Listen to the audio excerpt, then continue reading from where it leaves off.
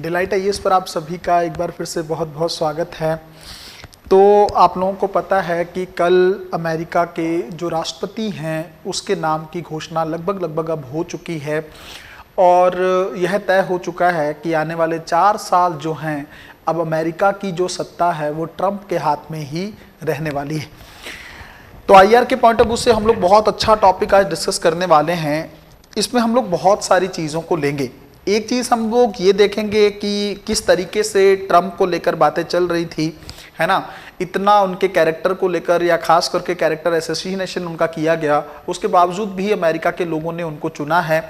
दूसरी चीज़ ये है कि अब किस तरीके से अमेरिकी विदेश नीति रहेगी, किस तरीके से अमेरिका में अब चीज़ें या डिसीज़न जो हैं आगे को लेकर फ्रेम किए जाएंगे और उसके साथ साथ ही किस तरीके का प्रभाव जो है वो भारत पर पड़ सकता है। इन सब चीज़ों को लेकर हम लोग बहुत गहराई से चर्चा करने वाले हैं।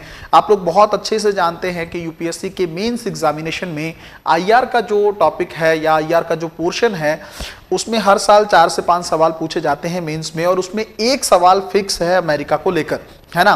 तो अगर आज की वीडियो को आप बहुत ध्यान से देखते हैं तो सवाल को बहुत अच्छे से आप लोग डील कर सकते हैं। सबसे पहले तो हमें कौन सी चीज देखने की जरूरत है। देखो, क्या अमेरिका का चुनाव इतना महत्वपूर्ण दुनिया के लिए सच में है जितना उसको लेकर मीडिया कवरेज मिलता है या जितना प्रभाव जो है स्टॉक मार्केट वगैरह पर देखने को मिलता है, क्या सच में अमेरिका दुनिया के लिए उतना इंपॉर्टेंट है?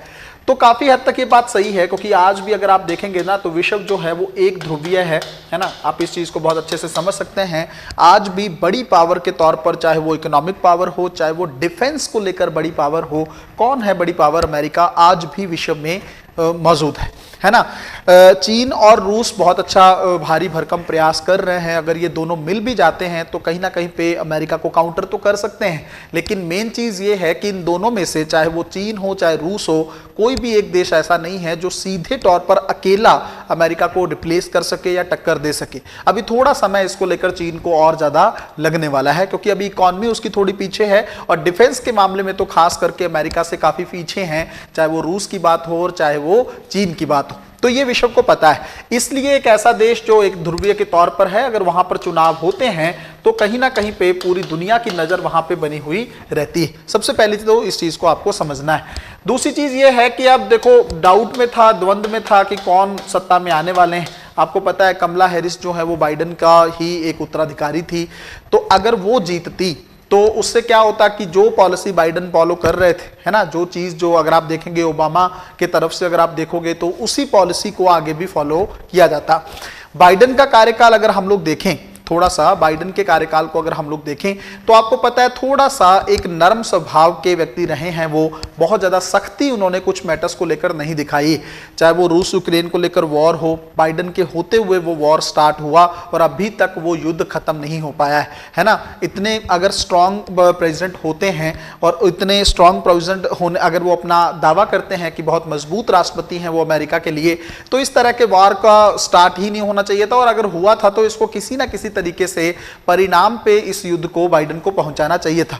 हालांकि मैं यहां तक भी कह सकता हूं कि ये वॉर भी अमेरिका के चलते ही शुरू हुआ, क्योंकि लीडरशिप जो है वो बाइडेन की थी, नेतृत्व बहुत ज्यादा मजबूत नहीं था। इसके चलते पुतिन को ये एक अच्छा मौका लगा यूक्रेन पे अटैक करने का।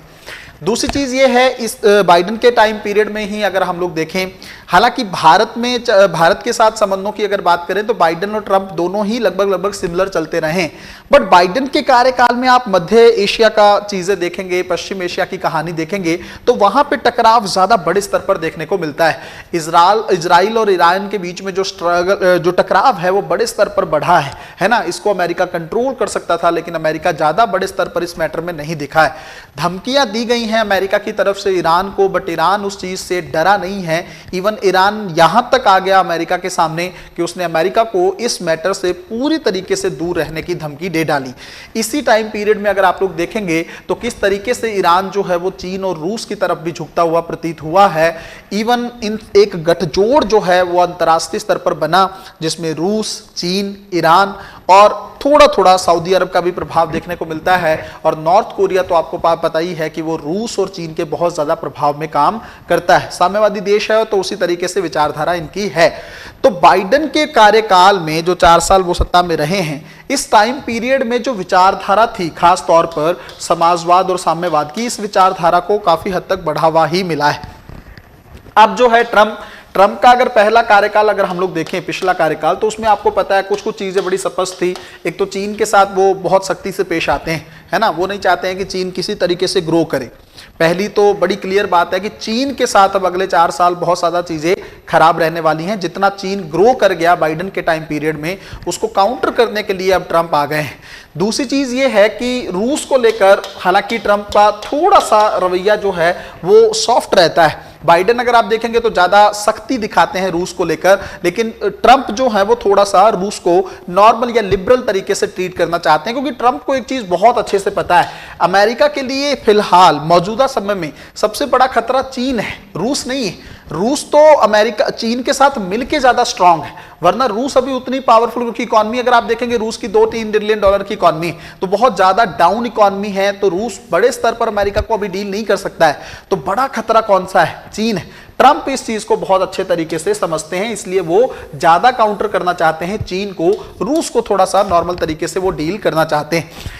दूसरी चीज ये है कि अब जैसे ट्रंप सत्ता में आए हैं तो आपको पता है जो बड़े बड़े मुद्दे हैं, है ना, कौन कौन से बड़े मुद्दे हैं, जैसे अगर आप देखेंगे रूस और यूक्रेन के बीच में वॉर चल रहा है ना, रूस और यूक्रेन के बीच में वॉर। तो ट्रंप ने तो बहुत पहले कहा था कि मैं शांति चाहता हूं, मैं बहुत ज्यादा वॉर में यकीन नहीं करता हूं, हैं, जो ज्यादा तंग करने वाला होगा तो उसको मुझे शांत करना आता है। तो ट्रंप ने यह भी कहा था कि मैं दोनों ही देशों को एक ऑप्शन दूंगा, मैं रूस को ये ऑप्शन दूंगा कि आप इस वॉर को रोक दीजिए, अगर आप इसको नहीं रोकेंगे या वार्ता के टेबल पर नहीं आते हैं इस वॉर के चलते, तो फिर मैं पूरे तरीके से यूक्रेन को सपोर्ट करूंगा, जितना हो पाएगा, जितना बाइडेन ने किया है शायद उसका डबल।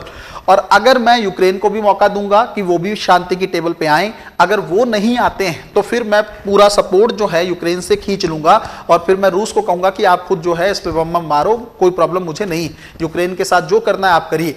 तो ट्रंप जो है प्रैक्टिकल सॉल्यूशन की तरफ बहुत ज्यादा जाते हैं। तो आप सोच के देखो, इन दोनों ही ऑप्शंस को कोई दोनों ही देश नहीं छोड़ना चाहेंगे।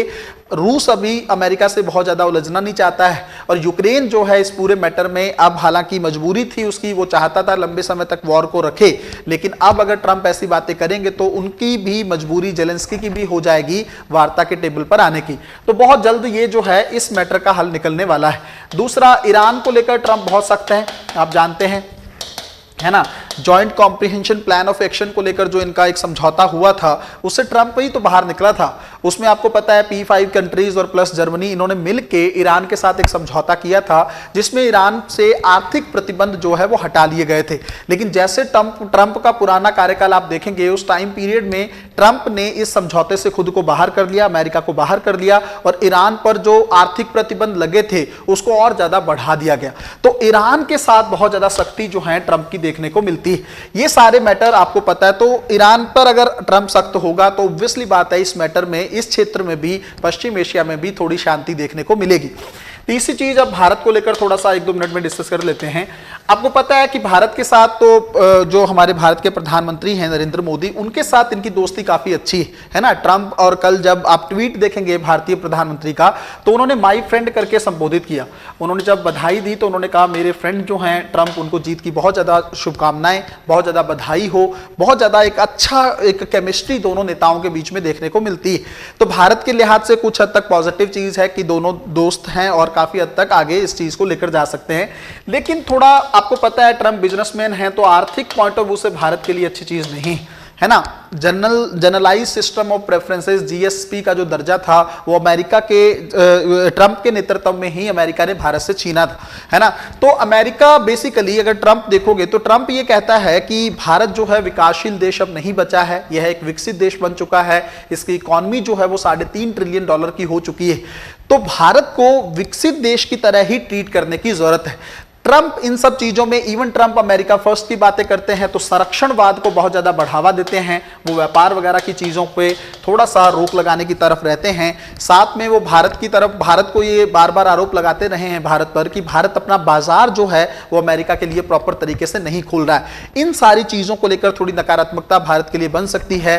रूस के साथ भारत के जो लिंक हैं उसको भी काउंटर करने के लिए अमेरिका थोड़ा सख्ती दिखा सकता है, और ईरान के साथ भारत के जो संबंध हैं उसको लेकर, क्योंकि ईरान को लेकर अब अमेरिका सख्त रहने वाला है, तो भारत और ईरान आपको पता है चाबहार डील करने के लिए वर्क कर रहे हैं, उस चीज में भी रुकावट देखने को मिल सकती है। तो ये कुछ प्रभाव जो हैं भारत की विदेश नीति पर पड़ सकते हैं। देखने वाली बात होगी कि आने वाले टाइम में भारत किस तरीके से इस नीति को बैलेंस करता है। मिलते हैं अगली वीडियो में, तब तक अपना ध्यान रखें, अपनी पढ़ाई को बहुत अच्छे तरीके से करते रहें। बहुत बहुत धन्यवाद।